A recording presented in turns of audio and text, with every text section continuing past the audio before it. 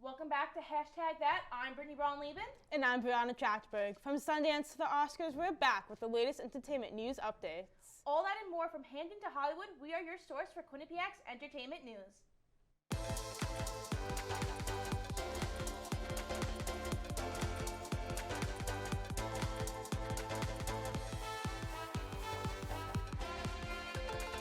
From Hamden to Hollywood, we are your source for Quinnipiac's entertainment news. On Thursday, the estate of George Carlin filed a lawsuit against the podcast group Dudzy after releasing an audio special called George Carlin, I'm Glad I'm Dead. Carlin died in 2008, but is considered as one of the most influential comedians of all time. The podcast used artificial intelligence to recreate the late comedian's style and material. The podcast company did not have any permission to use Carlin's likeness for the special, and they did not have a license to use any of Carlin's copyrighted materials. Carlin's daughter said in a statement about the work that, quote, it's a poorly executed facsimile cobbled together by unscrupulous individuals to capitalize on the extraordinary goodwill my father established with his adoring fan base, end quote. The lawsuit is among the first of what is expected to be many as actors continue to fight against the use of AI to recreate images and likeness. Josh Schiller, who is an attorney for the estate of George Carlin, said that, quote, this case is not just about AI, it's about the humans that use AI to violate the law, infringe on intellectual property rights, and flout common decency, end quote. SAG-AFTRA is speaking out against the explicit image of Taylor Swift. The actor union is in support of making these AI photos illegal. In a statement made by the union said, quote, we support Taylor and women everywhere who are the victims of this kind of theft of their privacy and right to anonymity, end quote. This comes after these false images of the pop star were being circulated on X, formerly known as Twitter. SAG-AFTRA has been a supporter of the No AI Frauds Act, which prohibits the use of AI fake replicas to be distributed without the person's consent. During his appearance on The Tonight Show with Jimmy Fallon, Justin Timberlake announced the Forget Tomorrow World Tour, his first since 2019. The tour will likely kick off on April 29th at the Rogers Arena in Vancouver, Canada, and will travel across 22 cities before ending the North American leg in Kentucky on July 9th. The tour will also include trips to Europe and the UK. Ticket pre-sales start today for fan club members and will continue throughout the week. Regular tickets will go on sale on February 9th starting at 10 a.m. local time on JustinTimberlake.com. In addition to the tour, Justin Timberlake will also be releasing his newest album, Everything I Thought It Was, on March 15th. The album marks his first LP release since 2018. Timberlake isn't stopping there as he recently just performed on SNL and is set to play a free concert at Irving Plaza in New York on January 31st for his 43rd birthday. Jennifer Lopez and Anthony Ramos are coming together to bring to life this popular children's show. On Thursday, it was announced that these two will be working together on creating a live-action Bob the Builder movie. Lopez New Rican Production is collaborating with Ramos, the animation studio Shadow Machine, and Mattel to produce this movie. Ramos is set to be the voice of the famous animated builder. Ramos said, quote, this is a movie about friends working together, a celebration of a beautiful home they share, and how love can help to conquer any obstacle in your way. And then ended the quote with, can we fix it? Yes, we can. There is no release date for this movie yet. Grace Doyle is back from Park City, Utah, and here's everything she saw at the Sundance Film Festival. Let's take a look. Hey, hashtag, we are here at the 40th annual Sundance Film Festival. Over the course of the week, we've had the chance to cover many amazing films. But let's hear from the cast and crew of these films themselves. Sundance is a place that has always, pushed the limits, and I think in terms of everything, but particularly in terms of diversity, equity, and inclusion, and you can't have diversity, equity, and inclusion without disability. So I think that it's the totally perfect place for this movie to have its world premiere, because this is a place that really is about inclusivity and about showcasing new voices. And I think this being like the first mainstream movie about a kid with a disability played by a kid with that same disability, where she's amazing in it, is it's really important. And so I can't think of a better place to premiere it. We make movies to communicate with other human beings, and so having this in-person experience where you get to sit with the audience and hear their reactions live in person is just amazing. And I can't wait for people to see the movie. It's almost indescribable. I've written a lot of books, And I know a lot of authors who have written a lot of books, but very rarely do we get this opportunity to have the book made into film. And I'm just very thankful that I've had this opportunity. I got to meet movie stars, I got to meet the children who played, and I've never seen such talented children who played this part. You know, they're professionals. I think that this is one of the first times I've seen visible disability displayed so authentically. I think it's a really encouraging step for Sundance. I'd like this premiere to kind of open the door to how important it is that everything is accessible and that we include disabled creators on both sides. In the audience to take away, I mean, this is I mean, it quite literally is like an unprecedented moment in the history of cinema. You know, there has never been a feature film starring an out intersex performer playing an intersex character, you know, at the center of the film. So that's, I think, huge for a very widely unrepresented portion of the queer community, trans community, and particularly the intersex community. Oh my God, it's my second time at Sundance with a film, and it's incredible. I mean, I still pinch myself because being here means that you're making something that's at the cutting edge of culture, and that you get to share it with film lovers, people who love cinema, that understand it at a level that makes you feel validated.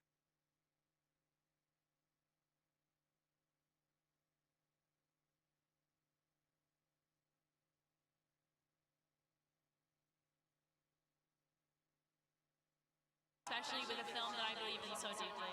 Meeting all the people who are filmmakers, who are actors, actresses, who are directors, just people who want to create, creatives, you know what I'm saying?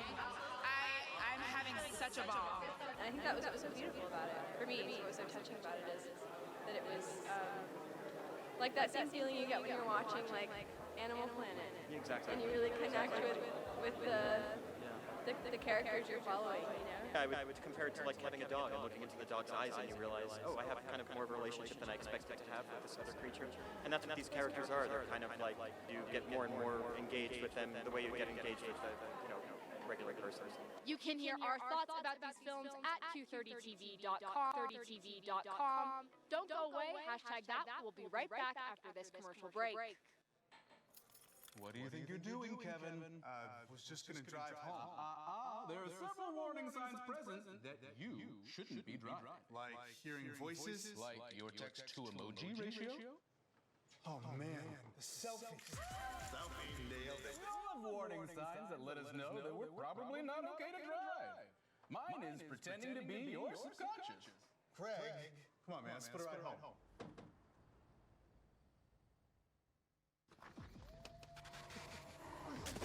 Multiple studies have shown that marijuana can slow both driver reaction and response time, which can be really dangerous. He's here. He's here. Wait. What? I can't drive. Why? My. Oh.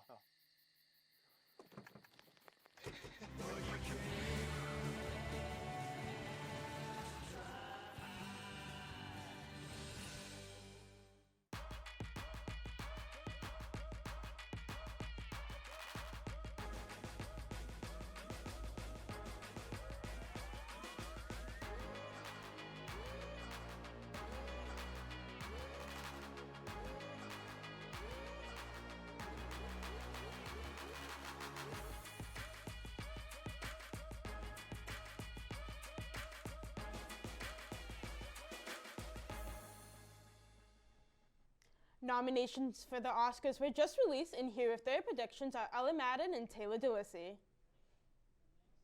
Hey, hashtag, hope you guys had a good break. And we hope you didn't miss us too much. We are finally back to give our opinions on pop culture, whether you want to hear them or not.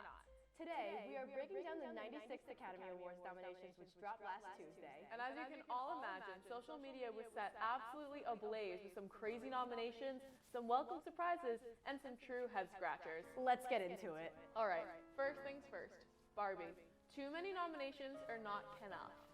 Honestly, they should take home the award for production design because I've never seen a design that intense before, but Everything else, it wasn't exactly a cinematic movie according to most standards. Honestly, I agree with you on the production design part. I think the production design of that film was absolutely fantastic. I think my biggest gripe with the nominations that Barbie got is I think it wasn't necessarily smart to nominate Ryan Gosling and America Ferrera and not nominate Margot Robbie. If I had to give anybody an Oscar nomination for acting in that film, I would give it to Margot. I agree. Not nominating Margot, but still nominating her two co-stars whose performances revolve entirely around her, I just didn't think that was smart. And speaking of Barbie, we have 3 female-directed films in Best Picture. Good year for women. Yeah, that's the first time in history that's happened before. They're Anatomy of a Fall, directed by Justine Triet, Barbie, directed by Greta Gerwig, and Past Lives, directed by Celine Song. I think those are some pretty strong entries into the category. I know. I would be really happy if one of them took it home. Yeah. Speaking of films that were nominated for Best Picture, Oppenheimer took home 13 nominations, and Killers of the Flower Moon took home 10. Both films that do very well deserve those nominations, but both very long, so I can see why they got so many. Yeah, there is a lot to work with in both of those films. I am so happy that they both got so much love from the Academy, especially Martin Scorsese's 10th Best Director nomination. I know, and if he wins it, he's going to be the first Letterboxd user to win an Academy Award. Lily Gladstone and Robert De Niro both got nominations, which I am so happy with. Their performances were just absolutely incredible. The screenplay nominations were so absolutely stacked this year. I mean, you have, let's see, in adapted, you have American Fiction, Barbie, an original, you have Anatomy of a Fall, but another surprise in original screenplay was May December. Absolutely loved that movie, and I can't believe that everything else about it got absolutely blanked by the Academy. Personally, I thought May December was kind of boring, but I could honestly use a rewatch. I could use a rewatch too. I feel like it's a movie that you really have to sit with for a while to fully grasp just how it is, which is a very complex movie. It's not just so black and white, even though the subject matter is pretty sensitive. Like, for as sickening as it is, it's also like pretty funny and very sharp. Moving on to who didn't get nominated and who should have. Cocaine Bear, Best Visual Effects. Honestly, Cocaine Bear was probably the most fun I've had at the movies in quite some time. I know, and we saw it at a Alamo Draft House, which made it even more fun. Yeah, we got some really good snacks, and we also got to take it all in. It was super fun.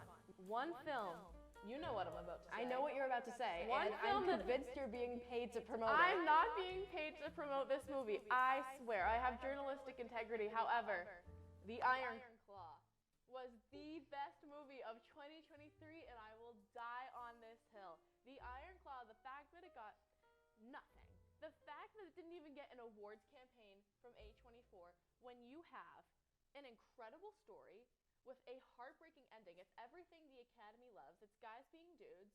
Zac Efron puts on a little voice and does this amazing transformation. He also has the best performance of his career yet. Absolutely adored Zac Efron. If he got nominated, I would put him up there with Cillian Murphy for the top 2 to take Best Actor home. And I just don't think Barbie had as much artistic merit behind it as Oppenheimer did, because at its core, it's very commercial. Yes. I feel like that Chevy commercial in the middle of it. Such product placement. It took me out so badly, which I had no idea. I mean, yeah, it's Greta Gerwig. I've usually come to expect indies from her. I mean, Little Women had no product placement because it was the 1800s. Lady Bird, no product placement because it was an indie. But honestly, that, it just kind of felt very, a little materialistic to me. Yeah, and I think, and a lot of people have been debating the feminist aspect of it, which it's not supposed to be this complex feminist thing, but also, we can critique it a little bit. We can critique, the very face value feminist message that it brought to us.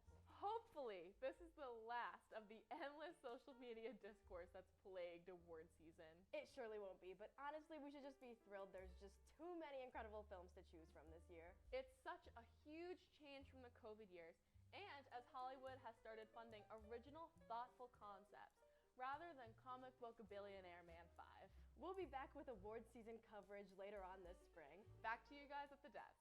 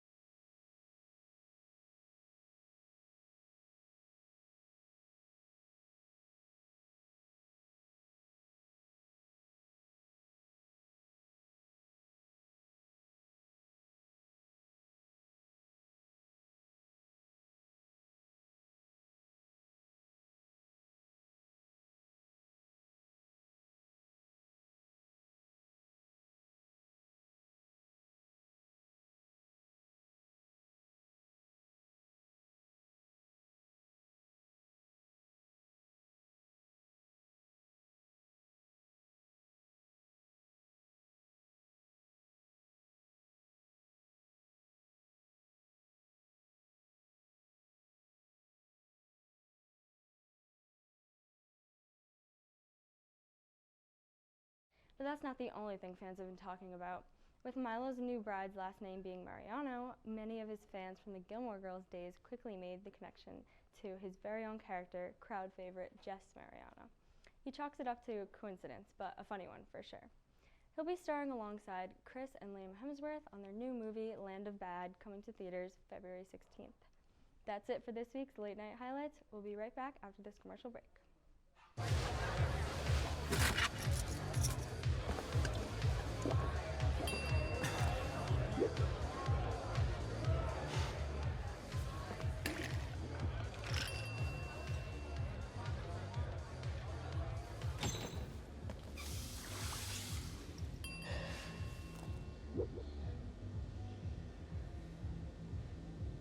If you need to do something to feel okay to drive, you're not okay to drive. Don't drive buzzed.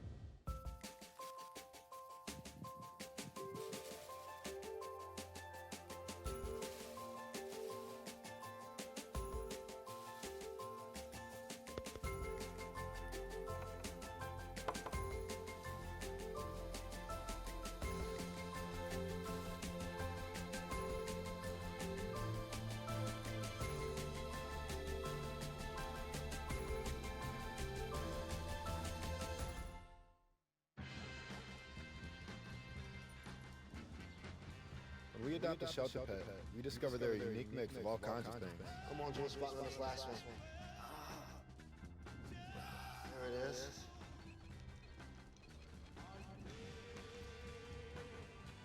Keep going with it. Leo.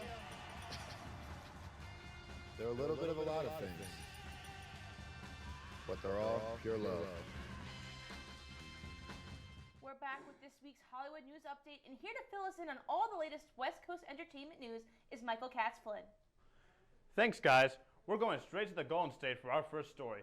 Christopher Reeves' children, Will, Matthew, and Alexandra Reeve, recently disclosed in an interview that they had not watched The Flash and were not involved in approving the CGI Superman cameo featuring their late father in the film. The siblings were discussing the documentary Super/Man, the Christopher Reeve story, which explores their father's life and work. The digital recreation of Christopher Reeve's Superman in The Flash appearing alongside Helen Slater's Supergirl triggered controversy amongst fans, with speculation about how Reeve would have felt about the cameo. Despite Reeves' iconic portrayal as Superman, Will Reeves mentioned that his father was most proud of his role as Congressman Jack Lewis in the 1993 film adaptation of Remains of the Day. Even though it wasn't a prominent role, Will recount a personal anecdote where he chose to screen Remains of the Day over Superman in their hometown's movie theater rebranding. He went on to say, quote, "He got to show a completely different side of himself. I knew how proud he was of that. Not that he wasn't proud of Superman, but if he were to here, he wouldn't choose Superman. He'd choose Remains of the Day, end quote. What do you guys think? Since WB has ownership of the DC brand, should they be allowed to do whatever they want with any of their properties or iterations of the characters, or should they have reached out to the family or the deceased star to get their approval first? And if an actor portrays a superhero, does that make that character their legacy? All right, Brianna, so I think morally it's kind of wrong that they didn't give the family a warning that they're going to give a CGI effect of Christopher Reeves as Superman. I understand that they do own the rights to Superman, but as we're kind of talking, like, it's not okay that they didn't give the family a warning. There's also that they watched the movie and like, oh my gosh, it's a CGI of our dad, you know? Yeah, I agree with you. I get that they do own the rights to Superman, so technically, like you said, they do have that right. But I think it's just like the respectful thing to do is to give them, or at least ask them or give them a heads up, like, hey, we're going to be using him in this. I mean, it must be kind of hard for the family to go in and see like their deceased family member on screen like that. Exactly, and you know, we're kind of talking about, like, he asked if that's his legacy. When I say Chris Evans, what do you think about? Captain America. So I kind of think because, you know, Christopher Reeves played a big role as the famous Superman, that's kind of his role and legacy because so many people look up to that. That's a role model, and that's kind of like an inspiration to people. So I don't know what you think about it. I mean, I feel like it depends on how big the superhero movie was. Like, if it was, like, a big superhero movie, then, like, yes. But if it was a flop, then no. But, Michael, what do you think? So there is a bit of a gray area here. So yes, WB legally can do whatever they want with the property, but at the same time, I feel like when it comes to a fallen star, they should reach out to the family to get approval, or at least at the very least let them know ahead of time that that's what's going to happen. happened, because that cameo just really felt disrespectful and left a bad taste in a lot of people's mouth. As for the legacy part, it's tough to say, because like when you see an actor play a certain character, you really want to associate with them, but some people do overshadow their other work. But anyways, Universal is set to develop a fourth installment in the Jurassic World franchise, with original screenwriter David Coe working on the screenplay. The new film will introduce a fresh storyline separate from the previous trilogy, which featured Chris Pratt and Bryce Dallas Howard, and incorporates stars from the original Jurassic Park series. The Jurassic World films, including Fallen Kingdom and Dominion, each surpassed $1 billion at the global box office, with the entire franchise spanning from 1993 to 2022, accumulating over $6 billion lifetime gross. Sarah Scott and Jackie Arrow will oversee the project for Universal, with Steven Spielberg, Frank Marshall, and Patrick Crowley producing through Amblin. Despite the financial success of the Jurassic World trilogy, a lot of fans found the trilogy a bit disappointing. While the first movie had a fair amount of praise, Fallen Kingdom had a critic score of 46% and a 48% for audiences, with Dominion having an even lower score of 29% from critics on Rotten Tomatoes. But what do you guys think? Is there potential for another installment of Jurassic Park, or should the franchise be left to rest?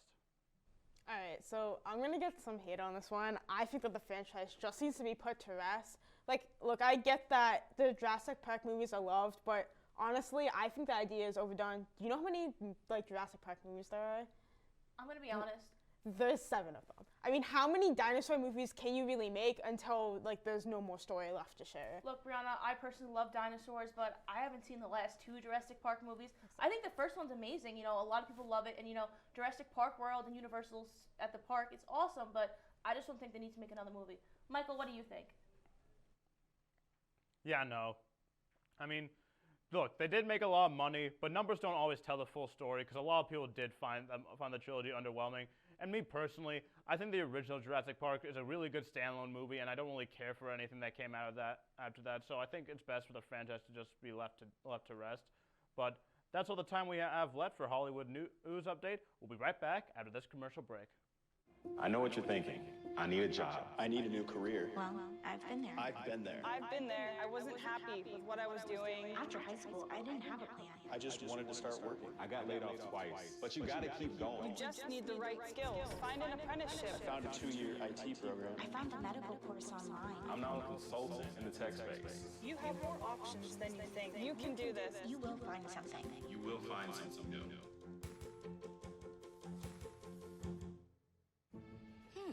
Maybe you can make retirement happen. After all, you made home ownership happen.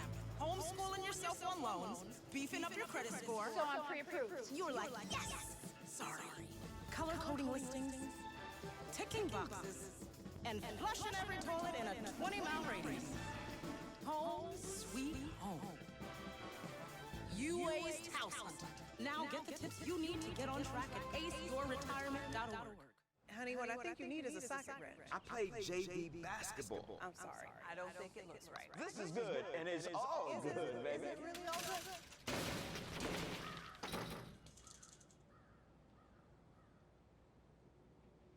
If you love me enough to routinely test your handyman skills, not to mention the strength of your marriage, then of course you'll visit nhtsa.gov/therightseat to make sure I'm in the right car seat. I'm gonna call my dad. This week, Brianna and I are playing a game of Finish the Lyric High School Musical Edition. Let's get started. All right. Why am I? My head's in the game, but my heart's in the song. That's got to be the answer. Yeah.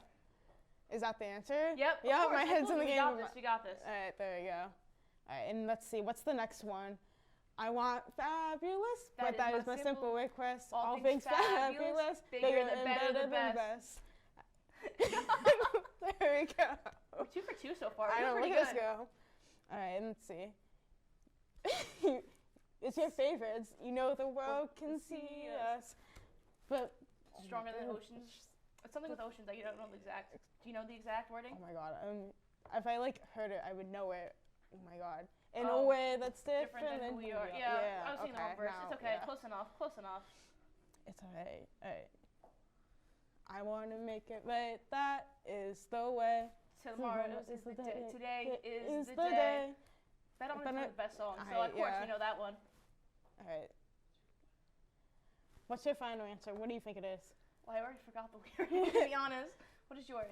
I think we were right. I think today is the day. Today is the day. I don't know the first part. And then I know it goes into like bet on it. Like, yeah.